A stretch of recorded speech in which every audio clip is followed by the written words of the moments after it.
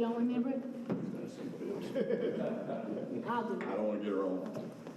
I pledge allegiance to the flag of the United States of America and to the republic for which it stands, one nation, under God, indivisible, with liberty and justice for all. Thank you all for coming out here tonight, especially the week of Christmas, because there's a lot going on.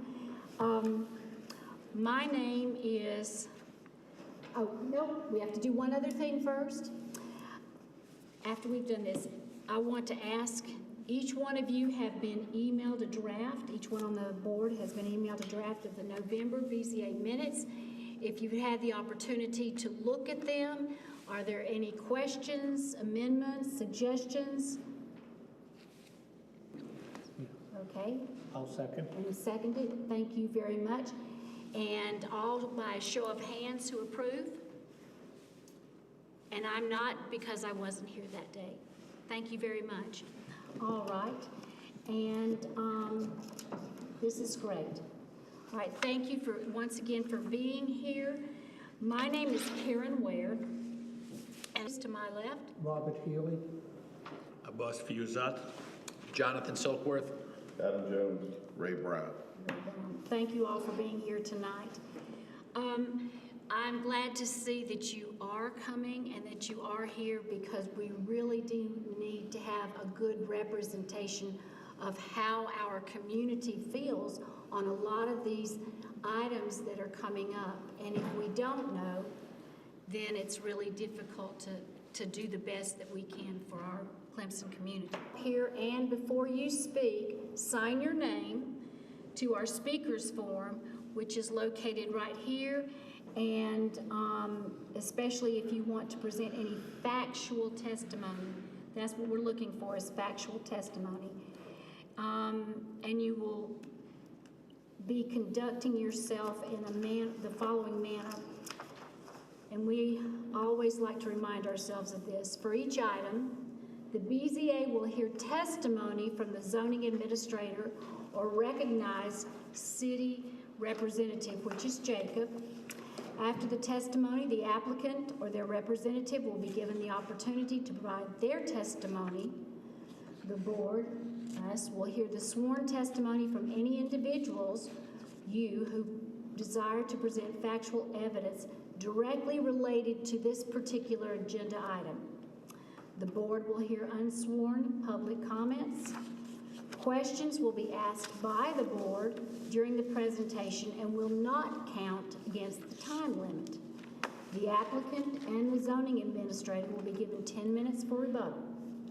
All comments and questions must be directed to the chairperson, who will respond or direct the question to the appropriate parties. Any written comments that we may have received online or by telephone by the planning office a week ago or longer have been submitted. And after all comments are offered, the chairperson will close the hearing portion of the meeting, and the BZA will discuss and evaluate the information presented in the context of the requirements of the city codes. All right, city code.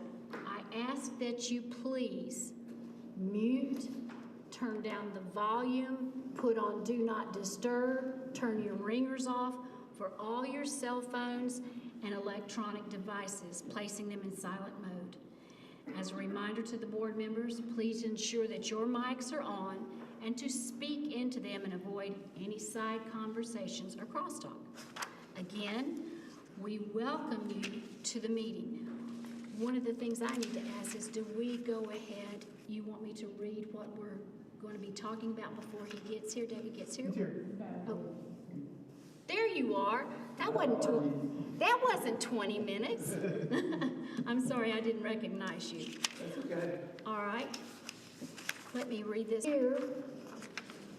23-SE-01, where applicant David Jones of Thousand Airs LLC is requesting a special exception in accordance with SEC 19-3053. B2, that if approved, would allow for a conservation subdivision that will result in the creation of 18 new single-family house lots out of parcel number 4053-07-68-3764. Do you need the other stuff that's in the parentheses? That should be fine. Okay, thank you. What is in front of us tonight is the applicant's asking for a special exemption to do what's called a conservation subdivision. If the property was developed under standards, the applicant could see 12 lots within this parcel, and with no required open space. Instead, the applicant is seeking for permission to construct a conservation subdivision that will have 18 alley-loaded single-family homes and set aside about 60% of the lot, which is about 5.5 acres, to open space. The lots would range in size from around 7,000 square feet to 12,000 square feet, compared to the 20,000 square feet that would otherwise be required in the R20 zone. As just a history of this property, property actually came in front of the board and was approved for a special exemption back in 2001 for what was called a cluster subdivision back then. And half of the property was developed, and then basically the 2008 housing market crisis happened and it sat fallow, so all their grandfathered rights, as we'll say, for the development of the property with those smaller lots went away. So that's why they have to come back in front of the board to ask for it. And we no longer have the cluster subdivision, we have a conservation subdivision, which has some different requirements, one being the alley loaded and the other a certain amount of open space. Now, a lot of times the board's probably more used to having variances, but the standards for approval of a variance and the standards for approval of a special exemption are very different. A variance, there really has to be a very good reason to approve it. Special exemption, there has to be a good reason to deny it.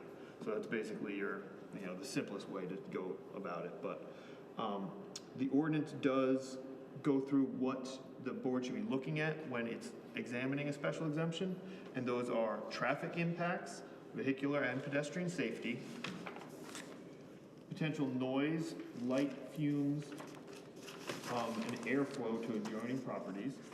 Again, some of these might not be applicable to residential, but these are what you need to look at. Adverse impact of the proposal on the surrounding area, including aesthetics, character of the area, and then orientation and spacing of the improvements or structures. The board may prescribe appropriate conditions and safeguards to the review to reduce adverse impacts of the special exemption and protect the character of the area. There are other standards that you guys have been supplied to that the applicant has to, stick with as they're going through the process. But with that, I will turn it over to the applicant to give their proposal.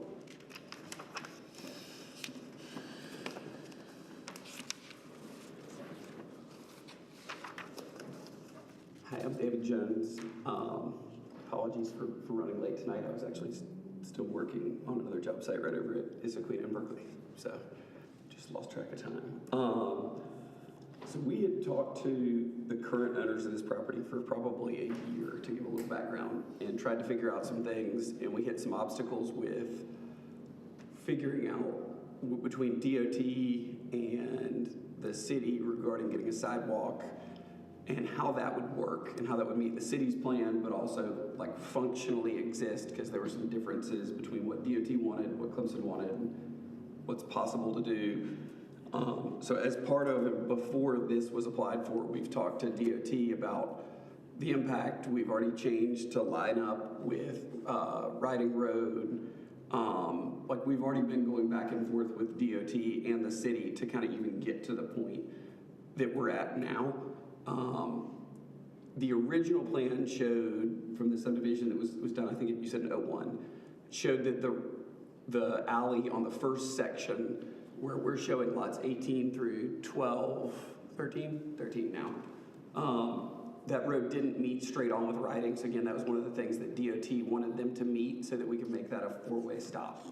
At least I believe that was the plan in my memory.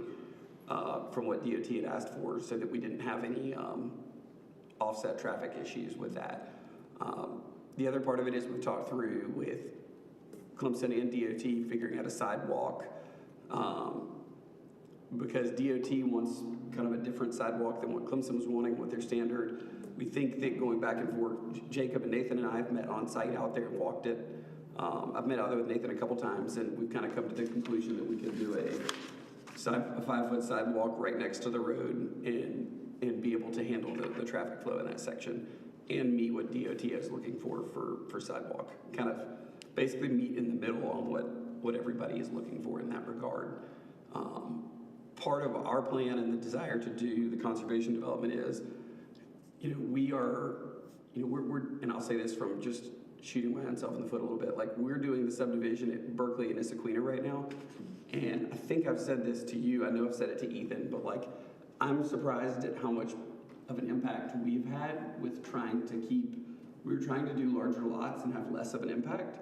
And we've accomplished that in some ways, but I will say it's amazing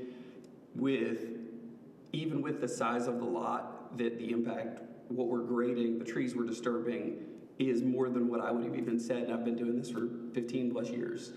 So I was attracted to this because we're doing smaller lots, and then we're not going to be grading as much. We're leaving behind a larger area that's accessible to the public that is not graded.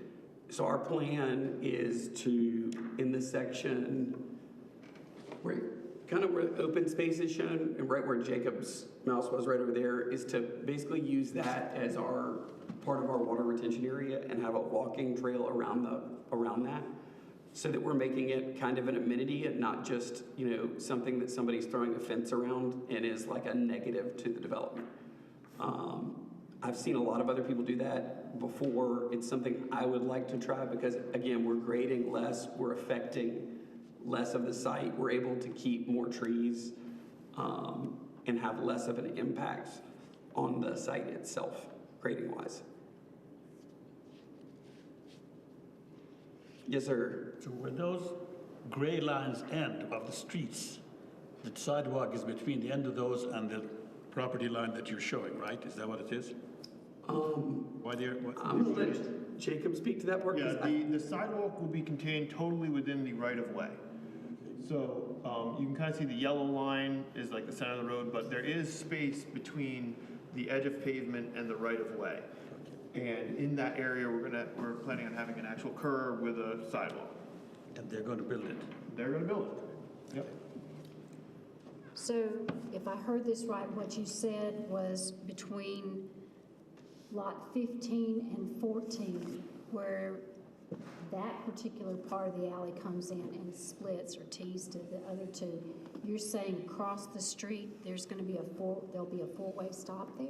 That's part of what DOT had mentioned, is lining the road up so that they actually hit lined up, is that they didn't want to have traffic issues. The original development in the drawings for the development and the DOT permit, the entrance was where kind of right on the property line between lot 14 and 13.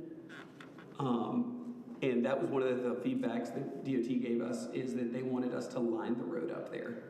So in essence, you would be taking some property out of 15 and adding some more to 14 so that it met up with the other road?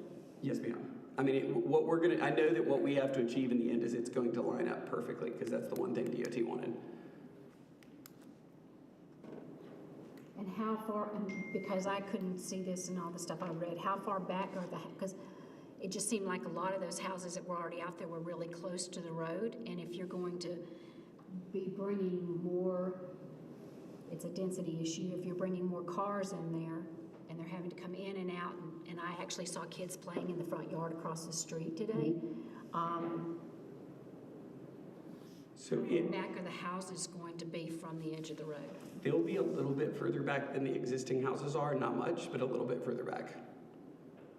And I don't see that we would have a sightline issue. Most of our impact with this development, to me, especially on this side, is going to be where the sidewalk has to go.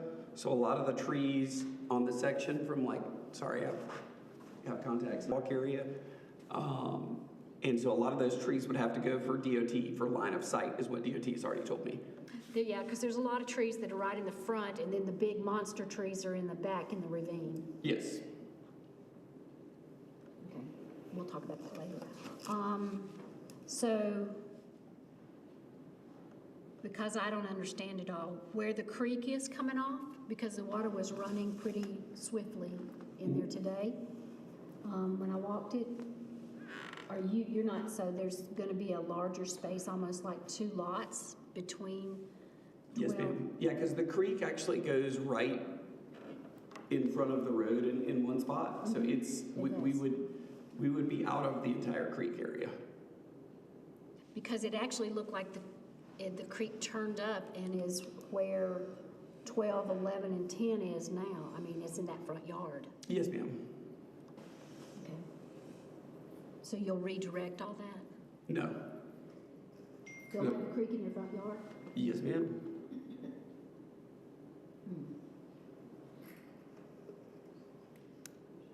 Now, the, in between 12 and 13, there's the open area. I assume that's the creek, the dotted lines coming through. Say that one more time, I'm sorry. Between lots 12 and 13, there's that open section. Yes. Now, I believe those dotted lines represent the creek Yes. through. Now, will people be able to walk back there? Yes, Or- we just can't grade in any of that, that stream buffer or do anything within the state stream buffer or state waters. Okay, so that is, We can't touch, do anything, redirect, okay. any of that. So what benefit is it to the new community that you're proposing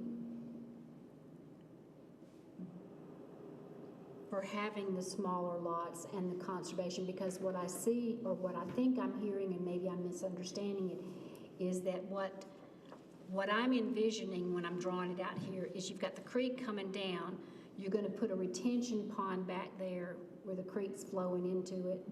There's already a small pond back there right now. Okay, I didn't walk all the way back to a pond, but So part of the problem that we've had, because we've worked on this for like 2 years for this property, part of the problem is the original developer failed to put in the retention that was required. So I made the existing owners an offer and said, here's what I can pay for it, because you guys have a ticking time bomb. And your ticking time bomb is that you never put in the retention the state required when you started this. And then you just stopped when the downturn happened. Nobody put it in. Now everybody's noticed because we've been looking at it. So they've gotten a letter of, I'll call it reprimand, I think that's fair. I think Jacob's read it, from the state that I was copied on. Basically saying that the stormwater for the first, we'll call it the first phase of the development, needs to be accounted for, and that a plan needs to be submitted within the next 12 months to handle that stormwater. So when those owners received that letter, they basically came back, literally showed up and knocked on my door, my office right behind Potbelly Deli, and said, hey, are you still interested? And I was like, I am. okay, so I guess because we cannot see the topography on that land, Yes, ma'am. and when I walked it today, it just seemed like there was a big drop, and I wasn't going to go down there by myself, and I'm a faller, and do something I shouldn't do.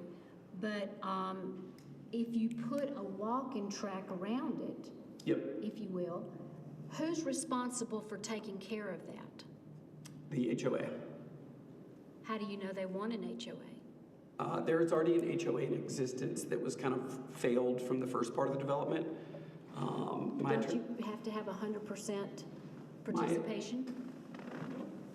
The LLC that owns the remaining part of the property is the original development corporation. So that development corporation, until a development or a property by state law in South Carolina has been finalized and finished to 80% completion, they still hold the voting rights for the HOA.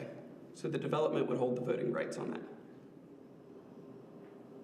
Okay, I understand voting rights, but with the voting rights, are they going to be responsible for taking care of it? Because one of the questions I have is, you know, who's responsible for maintaining this green space? And when I think of green space, I think of a space where people can go, I think of some of it being naturalized, but then again, I 100%. think of some of it being where it's actually usable. My kids can go out there and play. 100%. They can That's throw our the plan. ball, but it looked like there would have to be a lot of grading and stuff back in there if that was going to happen, Not as much as you think. okay? And who was gonna take care of it once the developer was not doing it anymore, or the owners, and was it the city gonna be responsible for it? The HOA. What are we at? Yeah. Am I missing a sheet that shows what it, like, what are we talking about? Maybe so. These are questions I wrote. So I also, You're gonna let me just ask one question, and I think I just have one question. You're not disturbing any dirt outside of the 18 lots, correct? You'll have silt fence at the back of other these, than for a retention in the pond. alleyways. Other than for a retention pond. So you're adding a new retention pond? Are you utilizing the existing retention pond and making it bigger, or? Making it to what it was supposed to be when it was originally permitted. So it's the existing. Where But is how it? much space does it take up? Where is it? It is right where, to the left of where Jacob's Mouse is, right there. Where? Oh, back out there. So correct me if I'm wrong, but in an unfinished development, because the developer holds the voting rights, the developer is effectively the HOA. Correct. So the developer is responsible. So when That's you're what I'm asking, trying to but determine. when you're asking the question of who's responsible, the HOA is the developer, so the developer's responsible. Until the, Forever and ever? until the, by state law, Until until a development has reached 80%, and then it has to be handed over. And they take over. Yeah, but the HOA is still held by the developer, so the current developer is negligent in taking care of some of this, which is really the situation that's going on. By you taking Correct. it over, then you're responsible for Yep. taking care of everything he's telling you that he's gonna do under the HOA. Okay, because I look at a retention pond and natural space Detention is the as a mosquito breeding ground. You know, that's just all I'm looking at. And I mean, I'm not trying to be negative. I'm just trying to think of all the different things So that. what you're thinking about is like a standard retention pond. What we're proposing and what we would do as part of this is what is called like a green infrastructure. So it is basically planting like natural plants that are gonna absorb that and let it actually go into the plant matter that's there. So we're gonna plant that soil can absorb more water. So it's not necessarily gonna be a long-term standing retention pond like most developments do. Sorry for my voice. But that's okay. My kids are both What's sick. water? And It's not been opened. I'm good. I just sound terrible. So a standard development like the retention pond is a vessel that is just holding the water. And it's designed to slowly let that water out over time. What we're proposing as part of it is basically planting new, like building it up so it is shaped like that for a worst case scenario. But in most of the time, it's going to absorb the water as it comes in because we're going to plant the plants that need to be there for that to be a wetland and be able to absorb that. And as part of what that does is it takes the biomass or what your topsoil is and your absorption from 2 to 3 inches. In about 2 or 3 year period, it's going to take that to be about 20 inches deep. And it doesn't take that long and it doesn't take that much more work. And it really gives you something that is part of nature and not just a concrete, vessel to hold water. I have a question. Yes, ma'am. Please excuse me for being. You're good. I was too. So, tell me if I'm wrong, but this open space Yes, ma'am. seems to, I don't want to sound rude, it benefits the developer, but how does it benefit people in the neighborhood? Exactly. Is this something that they can use? Is this a pretty area where their kids can So picnic? what we're planning on is like a pavilion and some amenities around where the retention pond is, to make it into something so that it's not just a pond, it's not So just there'll be a flat place. Yes, ma'am. Is there a plan for this in any kind of concrete way? We've sketched it, but we haven't drawn anything up.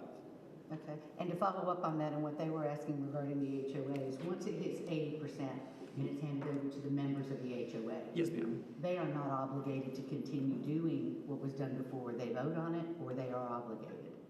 It depends on how the HOA is written. I have a lot of the notes from the original HOA meetings from when the first phase of this development was done, and it was started and then just kind of faltered out. That's the way I would put it, and I'm sure there's people in this room that know that story much more intricately than I could ever be aware of. The way we would do it and the way I've done it in other developments is we're putting in enough to get it through the first year. Because I don't like to hand people an instant obligation where, like, if you've ever bought a house in like a larger development, a lot of times like you'll get to closing and at the end of it, it's like the first year is like your first year HOA dues are coming out of closing, which I kind of think is just a bit of a jerk move. So my logic's like, I'd like to be able to put enough in there. That's what we've done with the HOA on the neighborhood we're doing on Berkeley. Like, I've already put the money in that. It's already created as a legal entity. The money's already just sitting there earning interest, and we probably won't hand that over for another year. So this is a registered HOA by the state? There are various types of HOA that I'm familiar with. Correct. If there is Maintained. Okay. But the voting rights for that LLC, for that HOA, that Inc., are still held by KH&S Properties, who are still the current owners. Okay, because one of the things that I read is if there's in an HOA and once you pass it over to, and I could be totally wrong in how I read it, but if you give it over to the 80% and you don't have any kind of infrastructure in place for a plan, if any one of those individuals decide, I don't want to be a part of this anymore and withdraw from the entity, So that's not possible. set it up for failure. Who's the piece of land titled to? Like, who would own it? The HOA would own this conservation HOA would area? own it. Yeah, So if they it's- weren't maintaining it, they would get like civil like if you had So junk in if your somebody's yard? with an HOA in South Carolina, if a property owner or member is not paying in, their house can be foreclosed on. It is a like legal requirement of the deed entitled to, for them to pay in. Because it's written into the deed, you're in the HOA, it's not a I want out. Yeah. You're in. Yeah, I mean, I'll give you the example. It's like I have a townhouse in an HOA in another city, and the townhouse next to me just got foreclosed by the HOA because the lady didn't pay dues for 3 years. Well, my concern isn't whether somebody in the if that, once you hit the 80%, they decide not to do it. It's, once it hits that 80%, it is handed over to them to Yes. decide what they want So, to do. and one thing to throw out there is like, I use a company out of Columbia that goes in and does an HOA study on what they estimate the actual operating costs and needs to be over the next 5 years, and that's how I decide what to put in for the first year. Well, you can't tell an HOA or show an HOA what they're gonna be maintaining until you've got it on paper anyway. So, So there like- would have to be a drawing of some sort. Well, so when I get to that point, like with the other neighborhood we're doing on Berkeley, like we went to that company in Columbia, I submitted all the paperwork to them, and they can see what's there, and then they come back and say, these are what we estimate your first year expenses to be, this is what we estimate your 5-year expenses to be, and then we put that in part based on this study and this logic. Did you submit to them a drawing of the green space, or does that have that type of thing? I would not do that until we got to the planning phase and we've kind of fine-tuned the drawing, because if I do it right now, they're gonna charge me about 10 grand, and then they're gonna charge me another 10 grand to do it again. So we would be approving something without knowing exactly what it would be. Well, I think this goes to Yeah, planning this goes, so commission. we would, I'm Right. sorry. Yeah, let me just make sure that everyone's clear about the Okay. different Yeah. roles. Thank you. We are approving the concept of a conservation subdivision here. Right. So you guys are responsible for number of lots, setbacks, you can put in stipulations of size of the units, that type of thing. This still needs to go through 3 stages at planning commission. So you'll see other qualifications that they're gonna have to do a tree study showing the canopy coverage. They're gonna have to be getting into details on the sidewalks. I encourage you guys to put in, it's one of your stipulations saying the hiking trail has to be done, but final grades, hiking trail, design of the stormwater and everything, that is all gonna be handled at the planning commission. So this is just their first step.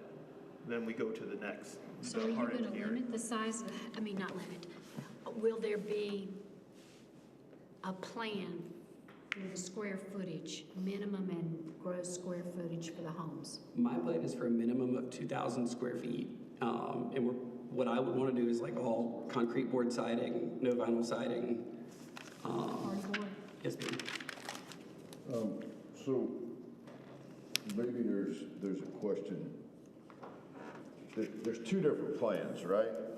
And there's a question about whether or not the green space is a benefit. And I see on the by right R20 that there are 5 lots that could access the rear space.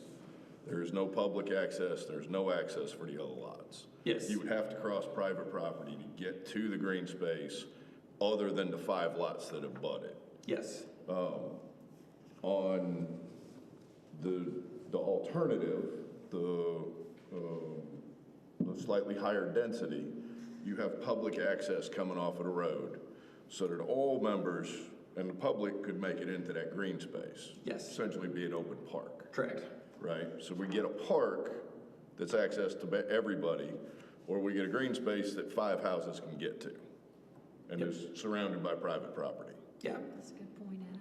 So, I mean, my plan is like have a little bit of parking back there and then have, you know, like a gazebo, a covered area, like a fire pit, you know, an area to cook out, like make it something where people can go use it and is a functional space. And because these are alley served, in the alternative plan, you get open space and alley serve houses. In the other plan, you're gonna have a driveway coming onto Rock Creek every 30, 50 feet. Too many people.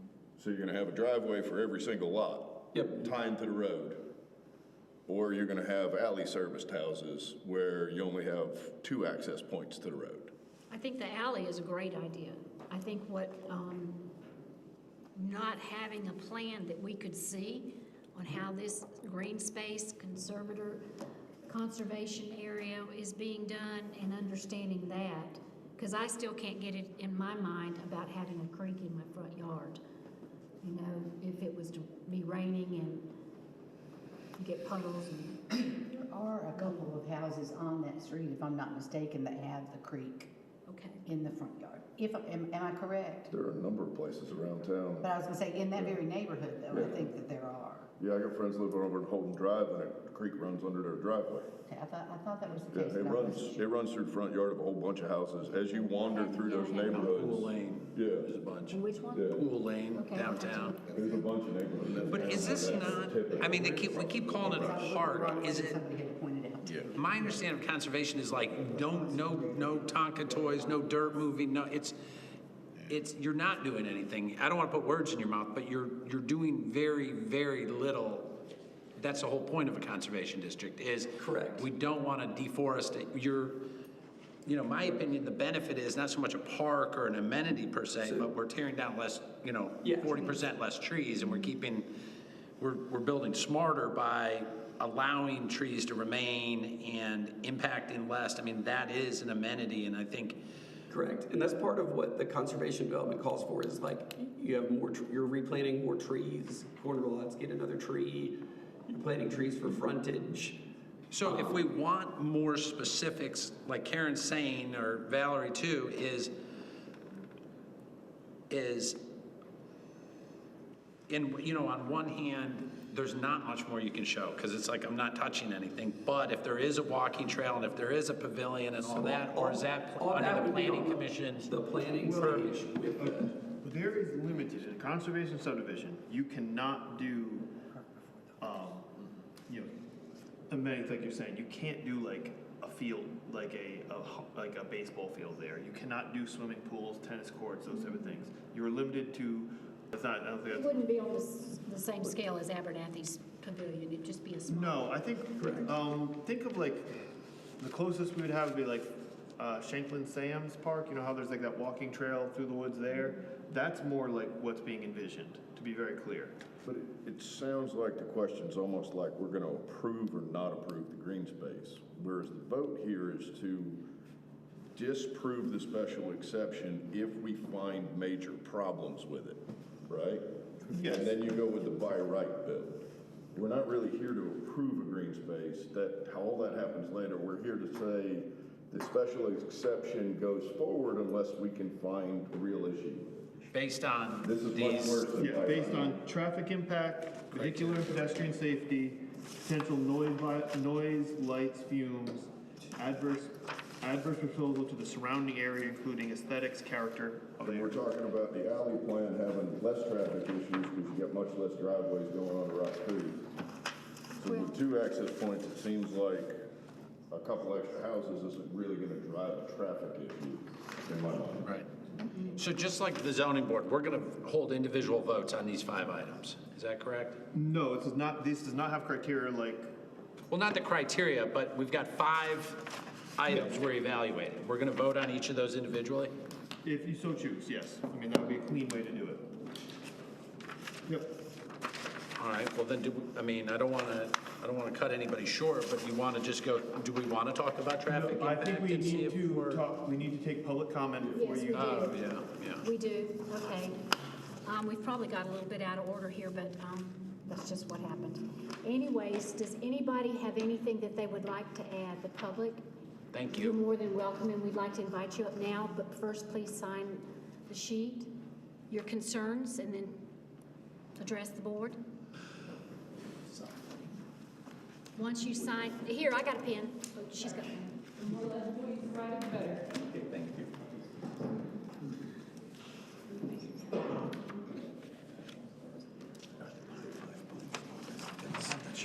Yeah, I don't think I had that until today. That's right here.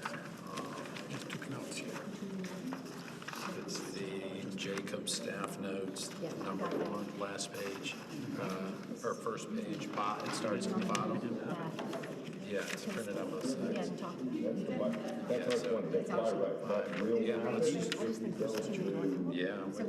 No, did you not get a staple? All right, It's these 5. if you'll please tell us what your name is so everyone knows, and then you can, My name is Nathan Geary. I live on Rock Creek Road. I have owned my home on Rock Creek Road for 20 years now. The reason why I bought my home on Rock Creek Road is that it wasn't in an HOA subdivision with tiny little lots. It was in a older, established neighborhood with relatively large lot sizes, which is the definition of the R20 zoning that we're talking about approving a special exception to basically say that R20 stuff, it doesn't mean anything because we're going to develop this into an area with a lot size smaller than an R7 or consistent with an R7. And we're going to put 18 homes in where 12 should be to be consistent with the neighborhood. And I don't understand the whole concept, the green space thing, right? So you can own green space, right? I can build 12 homes on that same property and cut down the same number of trees to build 18 homes because you can own trees.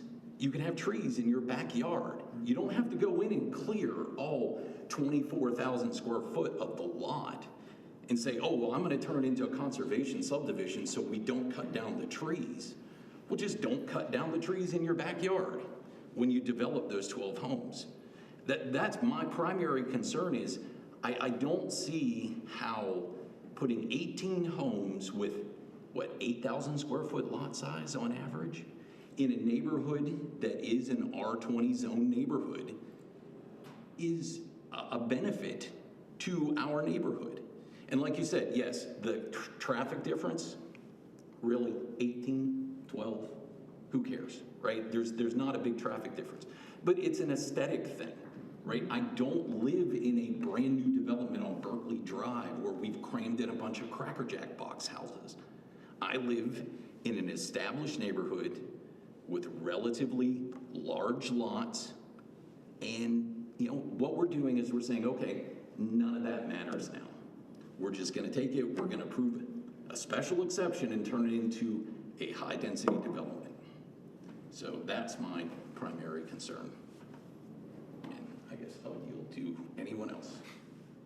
Let me ask you a question. Which, you've seen the both plans, right? And let's just say someone's gonna build something there. Yep. They're going to do it. Which one, you're saying you prefer the 12? Why can't there be something that provides access to that green space in the 12 plan? Right? There's no law that says we still can't put access to that other than only the first 5 homes. Zoning requires frontage. You have a minimum required frontage, you could only get 12 probably by having that amount of frontage. Well, guess But what? the zoning's really specific on that. Build 11. I question the 12 plan anyway because there's a minimum lot width. And there's like 3 of those lots on the end down there that you're flirting with the minimum lot width. Exactly. Because Say even if you wanted to change it, you're saying you couldn't, if you cut it, even with the 12, could you not have an alley in the back? So that cut, like they cut the alley in here, can you? I don't think. Well, that's why he's got more flexibility there on this one. I mean, here, maybe there's a right-of-way over the creek that theoretically you could walk through the creek to access it This in is the the back. power, this is the power right of way. Well, if you just like took, here. yeah, Oh, the creek's still right there. yeah, it's right here, Creek so is if in- you took the alley and you're still putting it in, I don't mean to write on yours, if you put the alley right there and go here and there, And like, phase 1 of this was both sides of the road was similar to the special exception. So this would sort of match with phase 1. You're saying phase 1 should be its own thing, and then the rest of the lot that was supposed to be phase 2 should be done more in feeling with with the Rock Creek. community, yeah. I mean, that didn't get developed, thank God, in my opinion.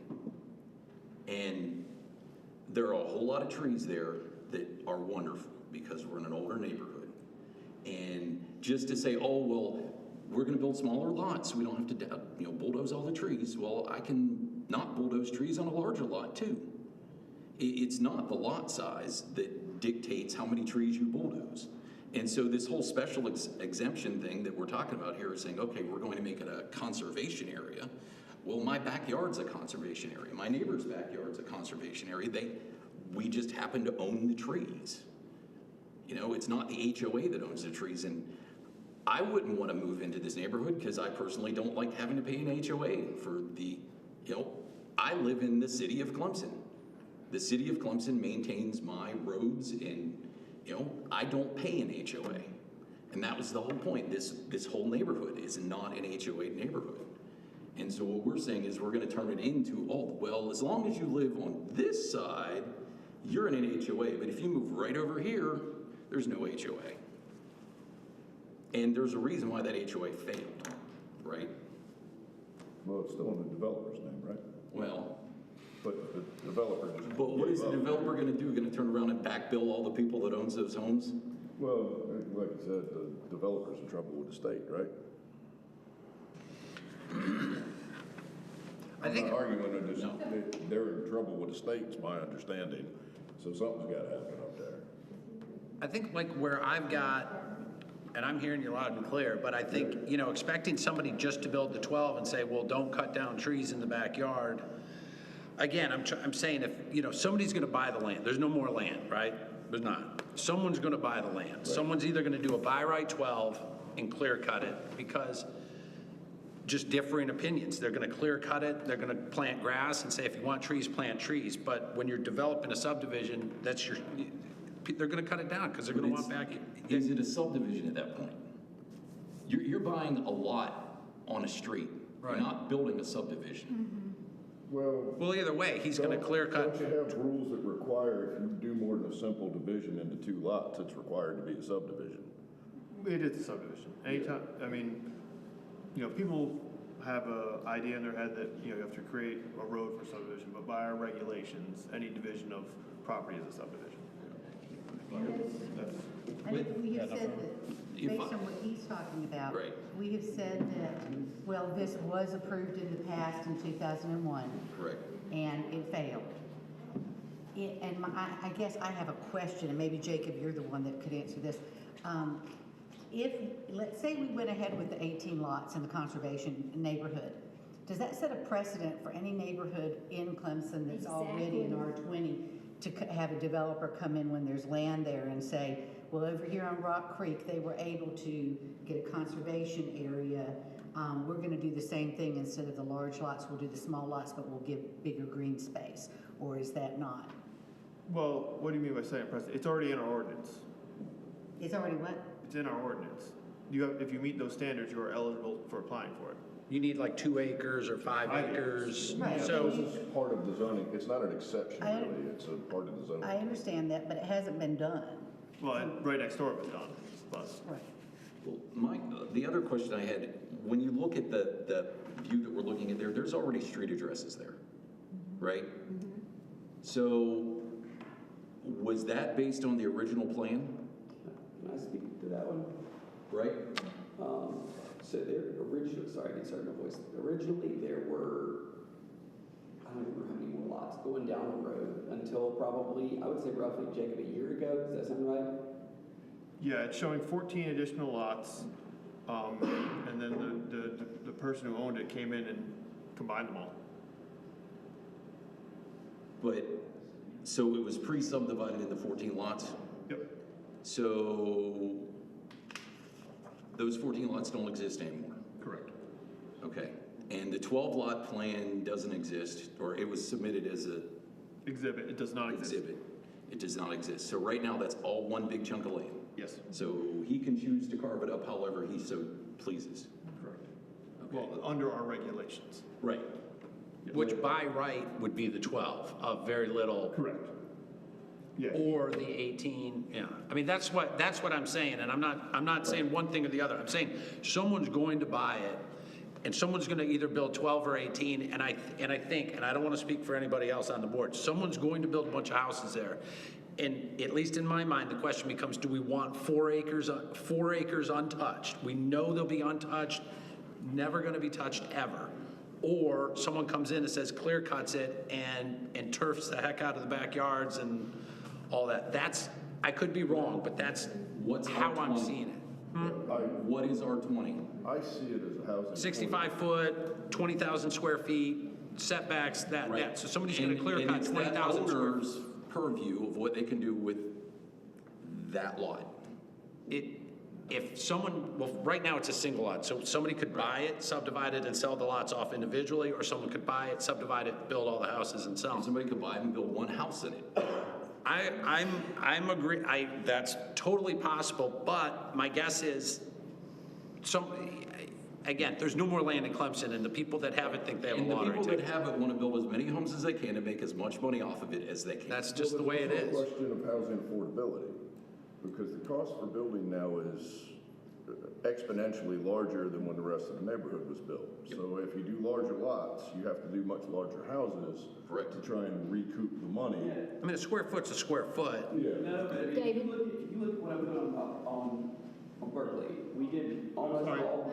I can't have you speaking from the crowd. Okay, You're gonna I'm have sorry. to Sorry. wait till you ask questions and come back up. Does anybody have it? I mean, I thank you, I don't have any more I questions. just really think there's a reason why we have zoning, right? And there's a reason why we have the definition between an R20 and an R12. And all we're saying is R20 doesn't mean anything. If we can just get a special exemption and build houses that should be in an R7 with lot sizes that are equivalent to that in an R20 neighborhood. I totally get it. What's the point of even having the zoning? The zoning gives you both options. The zoning specifically gives you both options. So the zoning is for the 18 lots and for the R20. It's part of the zoning code, right? That's correct. So the definition of the square footage minimum for an R20 zone means nothing. Well, there's footnote, well, like what you're saying, there's footnote, I mean, the thing is Two 200 options. pages and it says footnotes if, In this zoning area, there is R20 zoning or there is a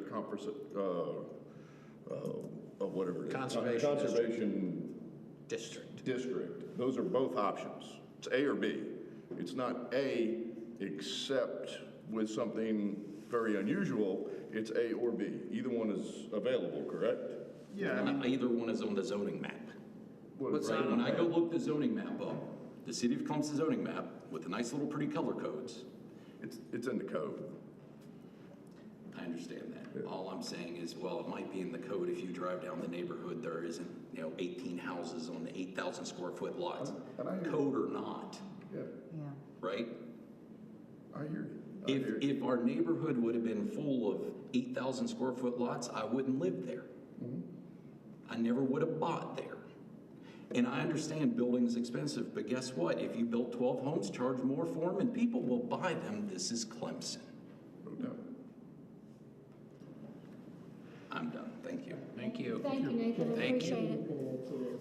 Is Would the- anyone else like to I add to? just have one question I want to clarify, I think. The HOA that we're talking about would be just for the 18,000, I'm sorry, the 12 or the 18 residences that are being built, or would it encompass?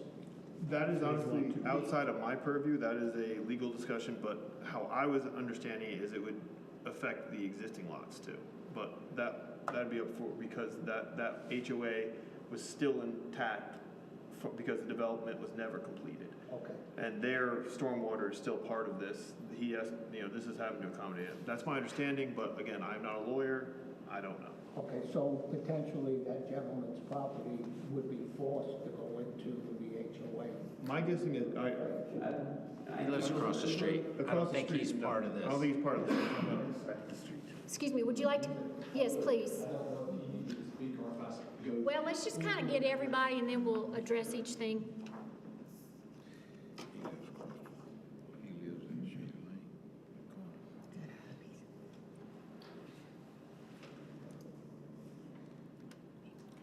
Yeah. Just while they're talking, so there are different, like, schools, even though they're allowed in the R20, can't be on a 20,000 square foot lot. I think it's, 14 acres. There's different acreage requirements for different uses. Just to be clear that just because it's R20 doesn't necessarily mean that that is the only thing that can go in that area. Oh, like the park we talked about, right? You could, 12 Mile Beach is on an R20. Correct, which Yeah. is an allowed use. Yeah. Okay, So please. my name is Matthew Watkins. I live at 319 Rock Creek Road. I don't know that it matters, but it's the corner lot right there. And the creek does run through my backyard, but I live on one side of the creek and then my driveway to the back of the house and then the creek, and then there's probably a 30-foot strip that's on the back of my property. So that has become an unofficial green space in the neighborhood. I don't mind, but everyone walks their dogs through there. I keep the grass cut, they play in the creek, it's all great. I really like the idea of a green space, so that brought my attention to this plan and made me think this may really be a great thing. I'm a little concerned about what, in my mind, that representation of green space. I don't really know how, and you can see the green space almost touches the corner of lot number 13. So I guess what I really have for you is a couple of requests, and that is that if this goes forward, I hope there will be a little bit more concern given to the development of a green space. I like it being there, but frankly, I didn't find that very comforting to hear that there's a hard plan in place or in mind. That worries me. HOA, that's a tough thing. I also heard some comments that I hope you have the opportunity to, I don't know if the word is write down or enforce. I think I heard minimum 2,000 square feet and hardy siding, not the vinyl siding that's there now. So I like the idea of green space. I'd love to see some developed there. I'd like to understand a little bit more how that could possibly work in that space. It'd be wonderful if there's a little less density and more concern given to the protection and the development of that green space. I know that's the challenge that you face every time this comes before you, so I hope you'll consider that. And as you heard some comments about the quality of the housing, I just hope you have an opportunity and a way to enforce that, because we certainly don't want, the neighborhood to suffer because of these really small houses that could be built there, but I think I've heard they won't be, so help us enforce that. Those are my comments. I like green space, but I want it to be useful, usable green space. Thank you. Does anybody else have something they'd like to share?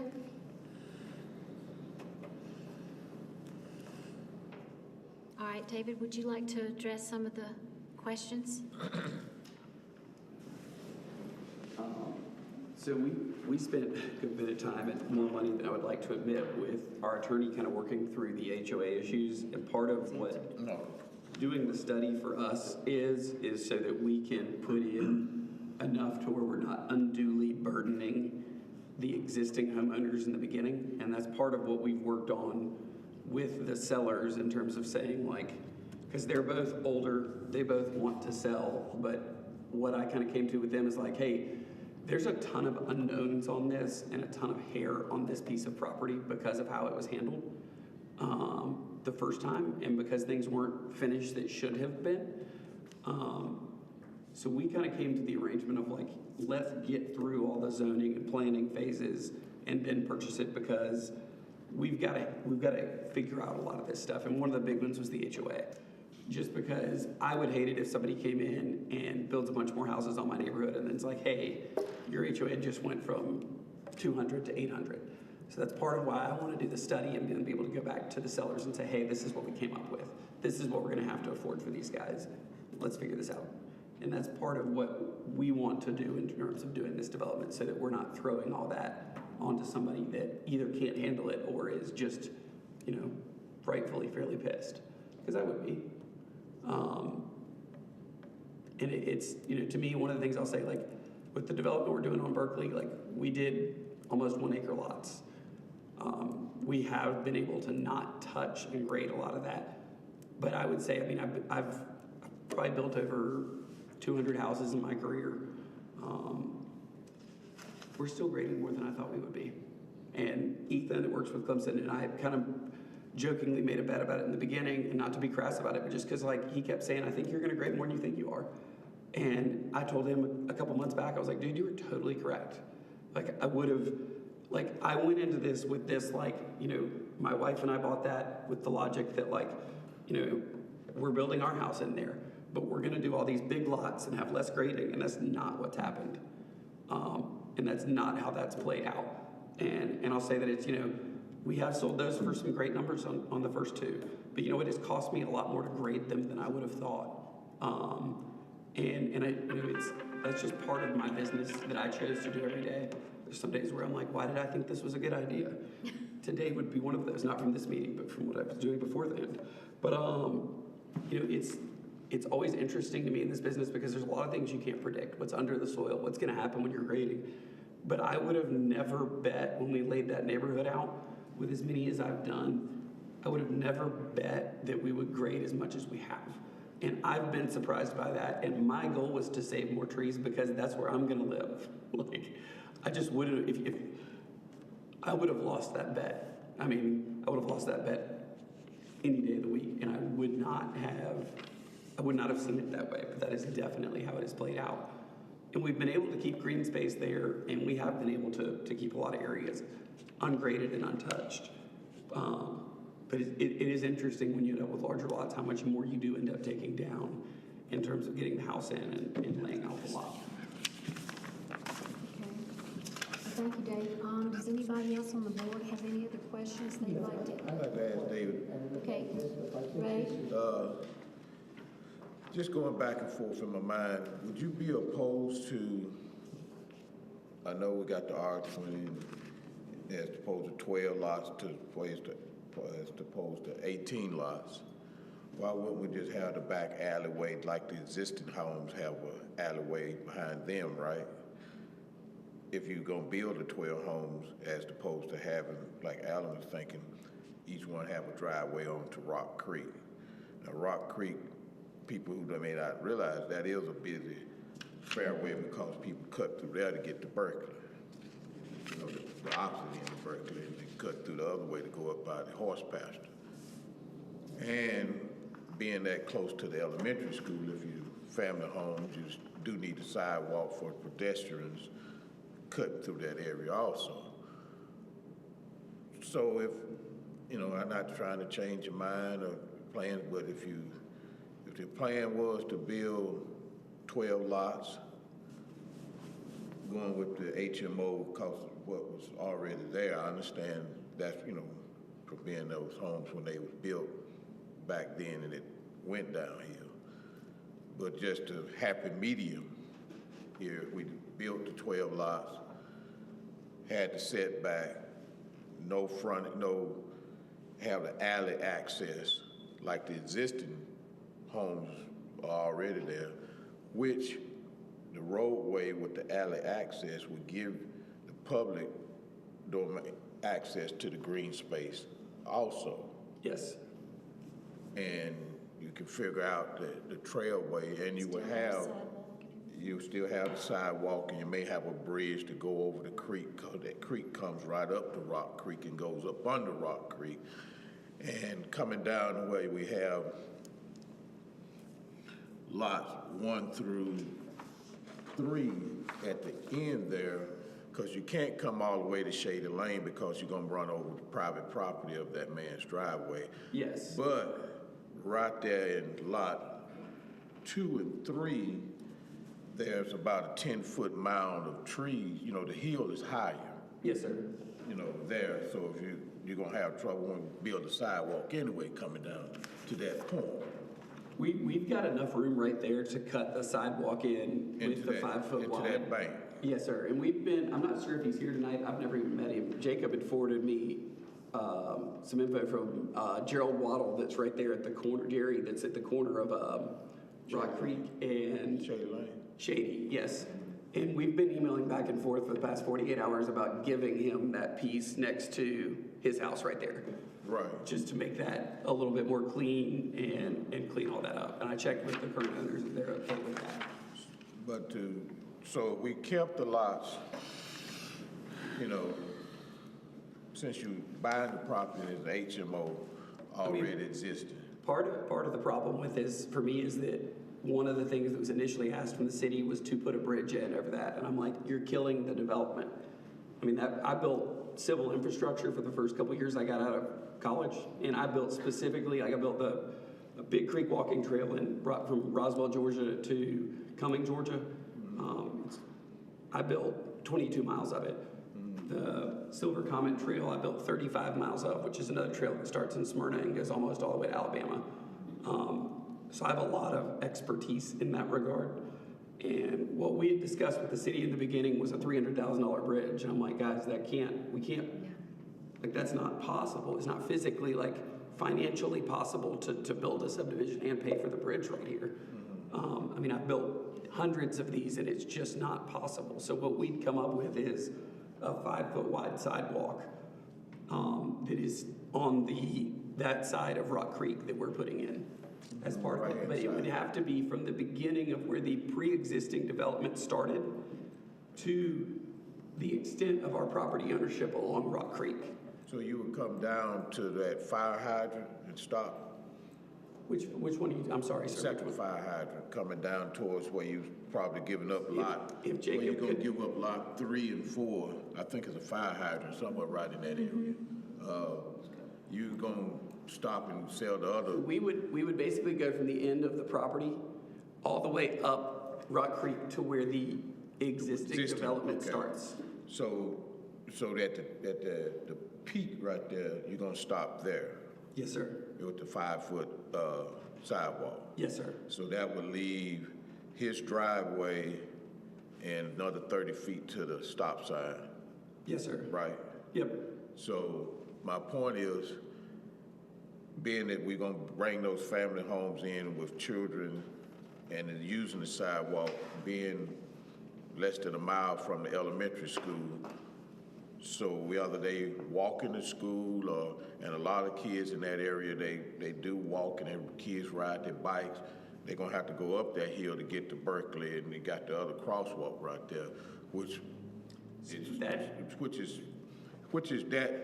that space coming up through the horse, what I call the horse pasture and passing Yes, sir. Coach's Lane, there going up the hill would be the only deterrent, which is not that much of a deterrent for younger I don't know kids. if Jacob can pull it up, but I think, if memory serves me correctly, like this phase of the Green Crescent goes down the side of Rock Creek that we're talking about and goes all the way to Berkeley, is my memory, That is correct. on that side of the road. You're gonna hit a problem once you cross over Shady Lane with the height of the road on that side. But I was That's just- another, My point was just where we're bringing in just stopping where you are now, not going on up Rock Creek. Yeah, that's a whole nother ballgame, man. I'm not even gonna touch that one because we're dealing with other issues on both sides of Rock Creek. When you pass the second or third house going around that bend, yeah, you run into a whole lot of problems. But the problem of what I was thinking here is, we got if we, just say we got 12 lots, and we got half of those that got 2 kids apiece, so that's 12 children, elementary school age or younger, you know, coming down that sidewalk to go to school or ride their little bikes to school and go up the hill and transition, or making that a bus stop, school bus stop area. My guess is that at each one of the intersections with the alleys at Rock Creek, they would make that a bus stop. Because I know I live on Grove Drive, and I know that. But you won't be, the sidewalk is gonna stop way before you get to the Yeah, stop. but I think they would make my guess from talking to bus drivers and I can't think of the lady that picks out where the bus stops are, but when I was talking to her, Creek at those 2 locations. Okay, well, you got your 4-way. Yep. Yeah, because most of the time, at least in my neighborhood, all of our bus stops are except for one, are at cross streets. That'd be fine. Yeah, well, so, yeah, you got a dilemma because, you know, but I understand you wanted to do the smaller lots as opposed to the bigger lots, but the whole neighborhood is older and it's a lot bigger lots. So 4 less homes as opposed to 4 more homes. And the green space would be still green space with 4 less homes. Because you're gonna have bigger lots and it's just a matter of cutting those lots off of 1 and 2 or 3 right there to make those extra lots back there as opposed to that being My green guess is, space. to be real blunt, is that we're gonna lose 1 or 2 of these when we get into the planning stage, because I'm gonna have to put, I can't think of the name, I'm sorry. I'm gonna have a fire truck. So my guess would be I'm gonna lose 3. My logic has been that we're gonna lose something along that when we get to planning because of turnaround. So like this to me is like best case scenario, but I'm expecting as part of that planning and functionality stage that we go through at the planning stage that we'll lose some of those lots to the functional aspects that come up with Nathan and with Jacob when we get to the planning stage in that regard. I'm kind of going for 18, assuming that we're going to lose something. You're gonna lose 4. 3 or 4 to something. Yes, sir. You lose 4. Yeah, because we're going to lose something to a Hammerhead. We might lose 1 given that piece to Joe Waddle at the corner because might put us. You would lose 1, you would lose 8, you would lose 12, and part of 13. Yes, sir. So you would lose. I know that I've got some loss down the road, and that's kind of what I'm planning for and asking for 18, if that makes any sense. And, you know, that's not in our ball game right now. But, So you know, basically, what we're trying to do is just see, whether or not to go with 12 or go with the smaller lots as opposed to the bigger lots, and whether. And I believe that we're going to lose some of those like full sorry. And like, sorry, my neighbor there, Jacob. with the neighborhood, as far as like you're saying, there are older homes that whole area is bigger lots. And keep with the aesthetics of the rest of the neighborhood, you still will have the green space with, in the event that you're gonna lose those lots already, so we might as well go with the 12 lots. Knowing that If we go with the 12, lots, you're gonna lose and go with the alley entrance, but using your 18, you're gonna wind up with 12 lots. You're going with the 18, you're gonna wind up with 12. So it had 14 there before. My logic is that like by the time we get through functional aspects and planning, that we're probably gonna end up with like 12 to 14. I would love if we had 18 in terms of like financially, that's awesome. So in all reality, like we're approving 18 here, once we get into planning and you know, the fire marshal's like, hey David, you gotta have 4 hammerheads on those spots, there's 4 lots. Right, and so you would have bigger lots, you could have basically back to the R20 size lots. If you went with the alley So if I can be really blunt and direct on that part, the R20 piece that's shown there is totally theoretical. In no way, shape, or form would that ever get approved because DOT won't let us they will not approve street-facing lots down this road like that. Right, that's what I'm saying, because of the So way that. we've got to have an alley and have the rear access. Exactly. It makes it more easier, and along with putting the sidewalk in, it's more safer with the Yes, sir. pedestrian going. Because right now, that sidewalk that exists there basically is a buffer. Yeah, there's slow the traffic. a small like asphalt sidewalk in that area. You can't kind of tell it's there because it's under so many leaves and so much stuff because that's a DOT road. I mean, I don't know if you were with me. Were you out there when we were scraping it off or? No. I think maybe it was Ethan. Yeah, it runs right there around about the first fire hydrant. That's Yeah, right there. there's more there than I was expecting. Yeah. But I would have never and I run up and down there regularly, and I would have never told you to save my life that there was. So you saying that this R20 you're saying that's not buildable? Correct. Then why do we have it? Because It was in the plan. It was in the It was the plans. original 2001, is that what it was? Oh, this is not a concept? This is what the zoning this lines is were? a theoretical drawing, and maybe I shouldn't have said any of that, but The 100 Jacob's year laughing at me now. 100 years ago. That was a zoning concept under R20? Yes. Even though we don't think it could get approved or built? I don't know if DOT would. Gotcha. Clemson would approve it, but I don't think DOT would.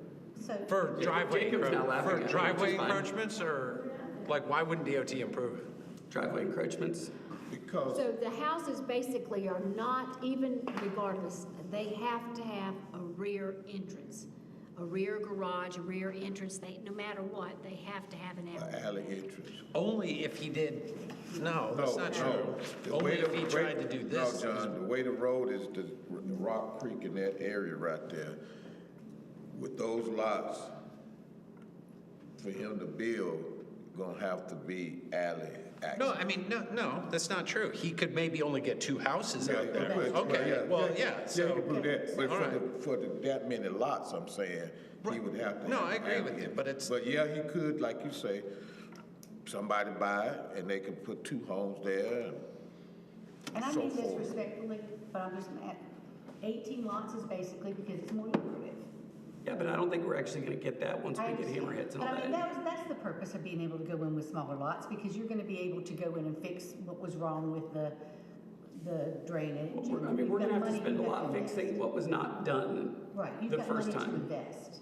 So You there's have- going to be improvements to what is, I understand that's what's already there. Right. Yes, and what's To make there, it what is acceptable according not only to the city of Clemson, but to the state of South Carolina. Is that correct? right? Yes. And that way, it's a benefit for the whole Right. community. Right. What we're looking at right here, when, because I had lots of questions and did a lot of research and stuff, just like all of you probably did, and I was like, oh my God, I just don't see how this could do.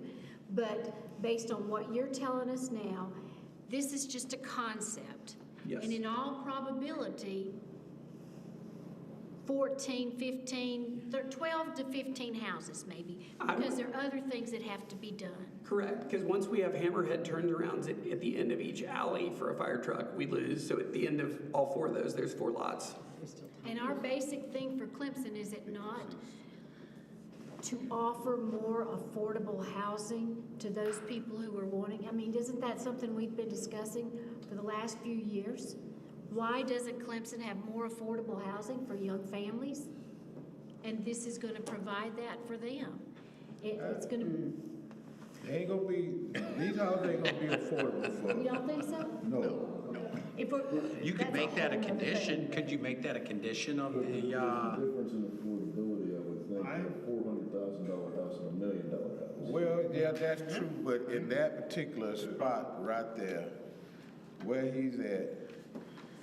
but that's a planning commission that- thing. I mean, that's I planning, think we should but- just, but I think that's we should get planning. onto these. That's planning, but Let's yeah, just- okay, those so- houses right there that he's gonna build there, hypothetically, Yeah. is the So- only, So we looked at this at a thing over on Lakeside Court. Is there a minimum size that these lots Two, would be you get to two be going with the $450,000 houses. instead of You one guys can $1.2 set that. million So we can say, You can say the minimum house, you know, we approve up to 18 lots, minimum size being such and such. That is all within your purview. okay, and if we don't say it, then they could build Correct. anything. Shouldn't there be a maximum size? If you want, you are welcome to do that. I mean, he's gonna be constricted by setbacks. I mean, Yeah. I don't know that you do a maximum, because he's gonna max them out.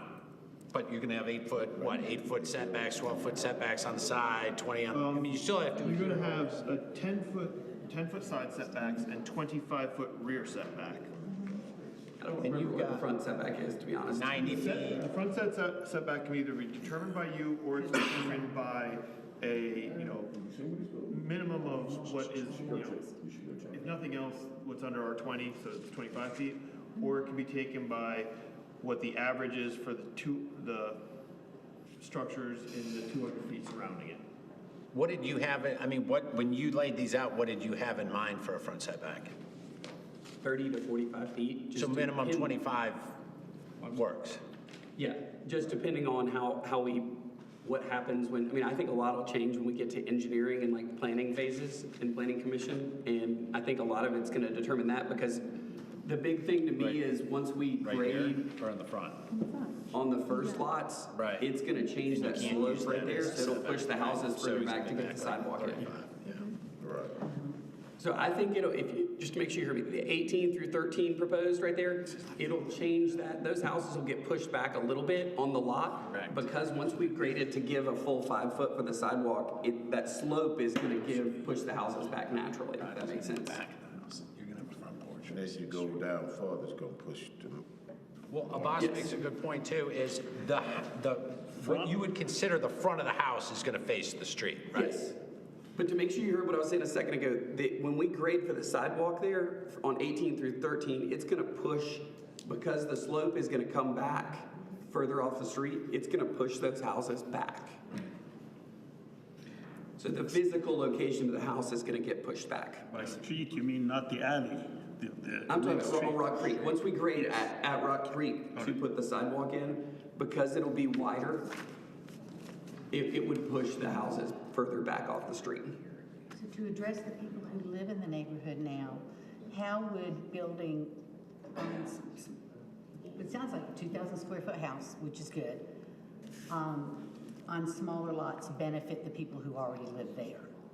How would it benefit the existing neighborhood in any way? Let's say compliment, because. That's a better word. Because it's a compliment, because Yeah, that's a better. it's a neighborhood. Yeah. We're gonna be learning how to live together. Right. And Because I think we're not going in and like mass grading and clearing everything. We're leaving a lot of trees, we're leaving a lot of room for wildlife. I know there's deer out there, I've seen them. You're not gonna have the same little house. Yeah, but all the trees, Yeah. and stuff we just throw the trees out the window, because the trees are gonna be behind the houses anyway once you Huge, build. yeah. Yes, All but the trees, and all the trees that is on that road, basically is probably maybe They're not very- in lot 1, right, 2 and 3 and 4, right in there. That's the basic where most It's of them basically the biggest trees just right there on Rock Creek. Well, in that area. you know, the you got- largest trees out there are actually like at the back of 12 and then back behind the creek right out But I there. think what he's saying, what Ray may be Yeah, alluding to, that's- is that in the front, that Front. on the road, the greatest concentration of tree population is at lots 1, 2, 3, and 4, where they are right now. Those are the ones that's got the most trees in the front, because there's more like grassy stuff and everything else. So are just- everything else, all your other trees are gonna be behind in your green space area anyway. Yes. So, like he said, if you didn't have HMO, you got trees in your yard, you own your trees. Okay, so if I may suggest, I think we're at a point right now where we need to go to page 1 of the staff notes, the bottom of page 1, where we have considering these determinations for the exception. We've got A through E, and I recommend we look at each one of them separately instead of together to make sure that everything's been addressed. Do you agree with that, or? I do. Sorry. That's great. All right. Thank you. All right. So I'm going to say I'll read what it says, and then we'll just go through each one individually. And if you think we've addressed it well, then everybody just raise their hand and say, yes, I do. And if not, if you have something else, we'll say something. How's that go? Okay. You agree? Okay. All right, so I'm going to go back here. An owner or authorized agent may appeal to the board on the form, they've done this, for a special exception for use permitted by district regulations as a special exception after review, subject to applicable criteria of the following. And the board shall consider the following factors to determine whether a special exception should be granted. All right, so do you feel like we have addressed all of the traffic impact with regards to how the flow of traffic's going to be, and that there's not going to be ingress, egress for each particular home? It's going to be an alley. Have we? I do. Yeah. I think we've addressed them. Okay. Anybody's nays? Okay, next. Vehicle and pedestrian safety. We have looked at that as far as the alleys again, as far as what the sidewalk's going to be and where it's going to be put in.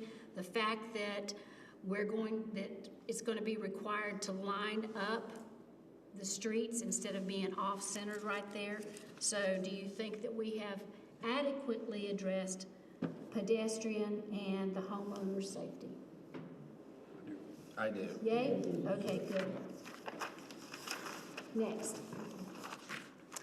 The potential impact of noise, lights, fumes, obstruction of airflow on adjoining property. And one of the things when I read through this is some of these things may be applicable to this particular exception and some may not. So I would dare say that the noise and the lights and stuff like that has to do with the planning commission, does it? Or is that the, what's that other? It will not, I mean, It's not really I something think we that that's address. not Yeah, it's not super applicable. But there's a light ordinance on the We have a light record, we have a ordinance on it. noise ordinance on the Yes. records, we have Yes. obstruction of airflow, I mean, we have, All that's already on. Again, I think some of the airflow fumes and whatnot are if this was like an industrial use, which also required a special exemption. So it might not be So, all right. particularly, So this one was not applicable to us? or you just say something along of residential, we don't anticipate residential to have a adverse effect on these standards. yeah.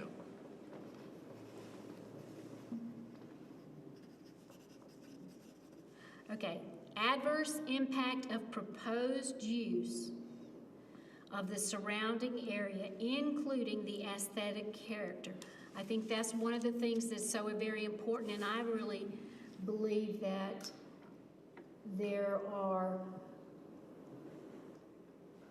profound benefits of what everybody has brought to the table tonight, including Nathan, including Matthew, including Dave, the things we have said. And I think what we have to look at is that what's this going to do for our city in the future? And how are we going to actually attain the type of character for our city that we're trying to do now? And we've really worked hard for that. You agree, Valerie? I mean, for the last few years, this city has really worked hard on all different levels to try to be together. And Jacob, you know what my concerns were always for the last 3 years. And some of y'all do, considering where I live. But we have to learn, and what sometimes that we found, especially on Holiday Avenue, what was an aberration to us and consternation for 3 years. There's still hiccups, but it's nowhere near what we thought it was going to be. And we've all learned to live together and work it out. And this is right on 123. It's you know, and we've tried to be safe and responsible. And that's what I think we have to do, considering that Clemson is relatively like an island in and of itself because we're surrounded by the lake. and there's no more land available, we're gonna have to take what we've got and do the best for all of us. Not just for what's happening today, but in the future too. We gotta have not just a 10-year plan, but a 50-year plan. What's it gonna look like for our descendants and those other people that come in? And we need to pave the way for them. So I think, and y'all tell me, do you think that the board, do you think that he's addressed the water retention and what they intend to do and how they intend to make it all be? Are you talking about D? I am talking about D. Okay, so not just the water retention then? Yes, I know, just not the water retention, but by planting, you know. I think that coming D, back- sorry D to, is out of place, because really at this stage of the game, Yeah, there's too many other factors for him to concrete say, but I guess what I'm thinking is the fact that Dave proposed. He gave us ideas. Gave us an idea. We're gonna Ideas plan this, this is what we would look. that may translate.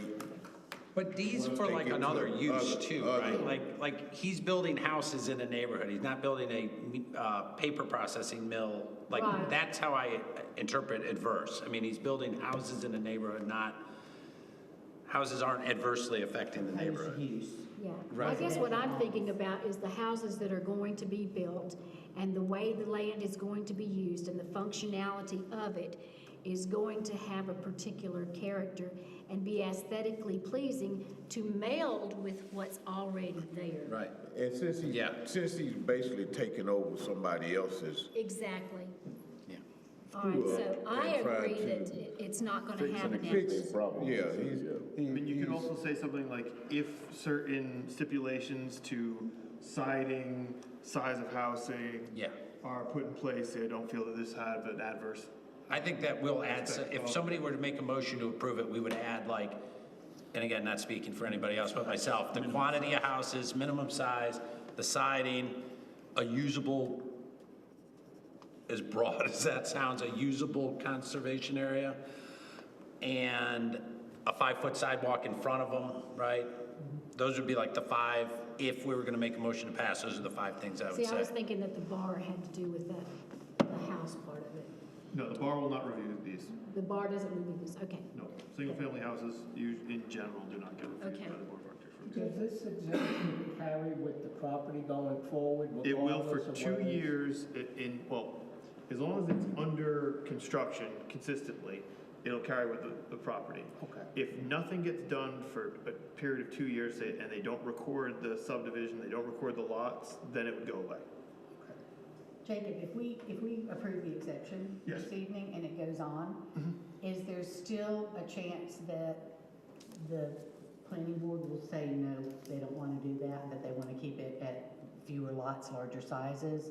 No, Okay, so. you guys would be tying in, correct, they might lose some for, like you said, turnaround areas, those type of things. But ultimately, the planning commission would, in a way, as long as it meets regulations, has to approve something. So this is essentially an up-down on, can it be a conservation? Can it be a conservation, and then the nuts and bolts of it get, Hashed out. flushed out at planning commission. The things that could potentially kill it is the standards, farther down in my staff report. If they can't meet those standards, that would kill the project. So when they do the tree study, all that type of thing. There's something about FEMA stuff in here too. Staying on the floodplains, all that, yeah. All right, well, I'd like to make a motion to approve with conditions. Who writes this down, Becca? Are you gonna write this down, or? We all will. Maximum of 18 houses, minimum size of the house, 2,000 square feet, hardy board siding, or cement board siding, whatever you want to, call it cement board siding, I guess. And a usable trail. And again, that's broad, but I guess, And a minimum lot size of 7,000 feet. and a minimum lot size of 7,000 square feet. So what is that? 1, 2, Those are, 3, most 4. of them are that way. That was yes. 5. Most of them are bigger. Yeah, most of them are bigger than that. All right. Do we need to add a Wasn't that requirement? quarter acre? For a turning area at the end of each one of these lanes? That's gonna be ultimately up to the fire department. Okay. That's their problem, okay. John, you said a minimum of 2,000 square foot. for House the size. House size is, yes, and then the lot size is 7,000. 7,000.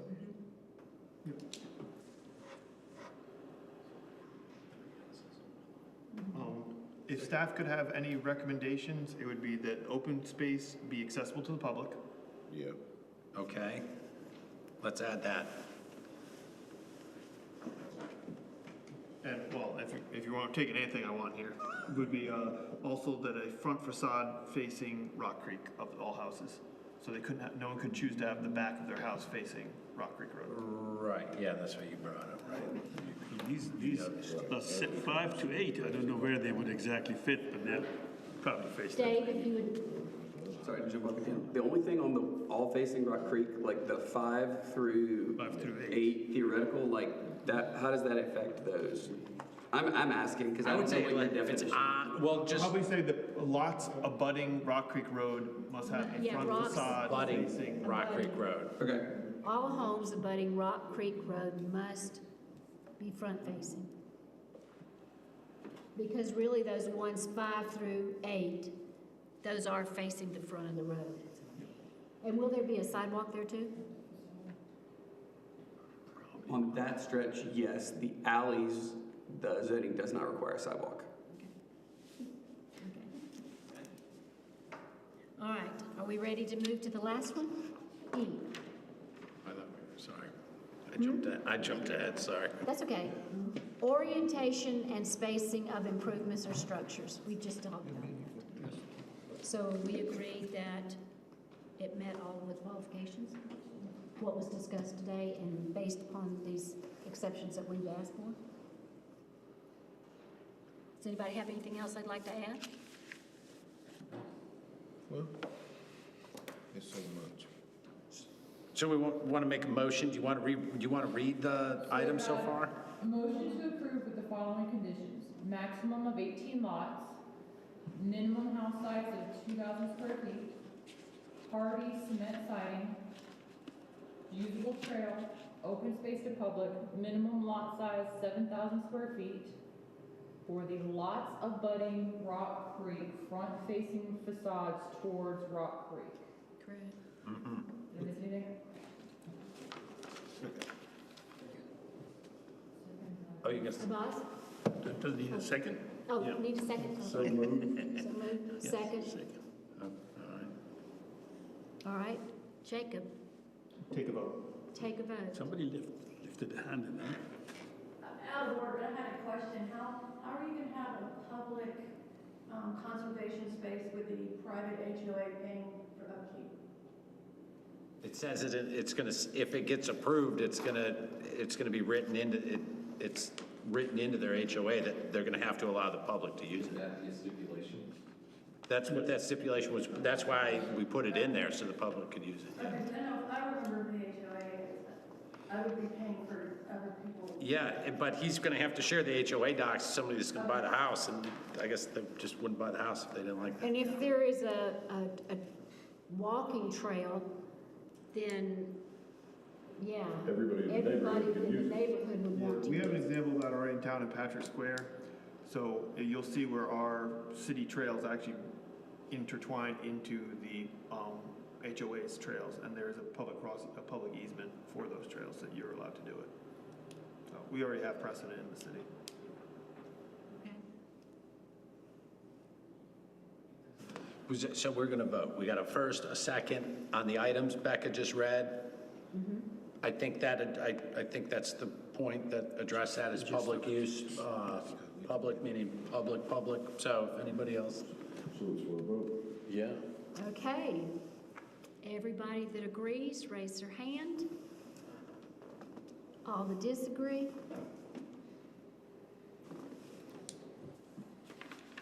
Motion carries.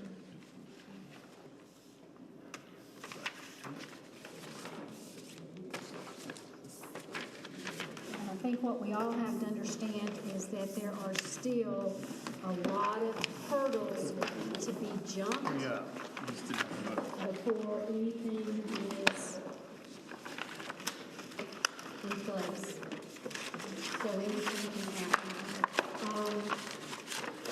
Let me look at are there any staff reports besides this? Any other business? Once again, I still thank you all for coming, and,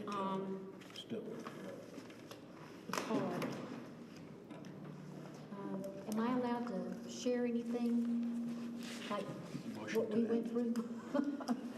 Motion to end.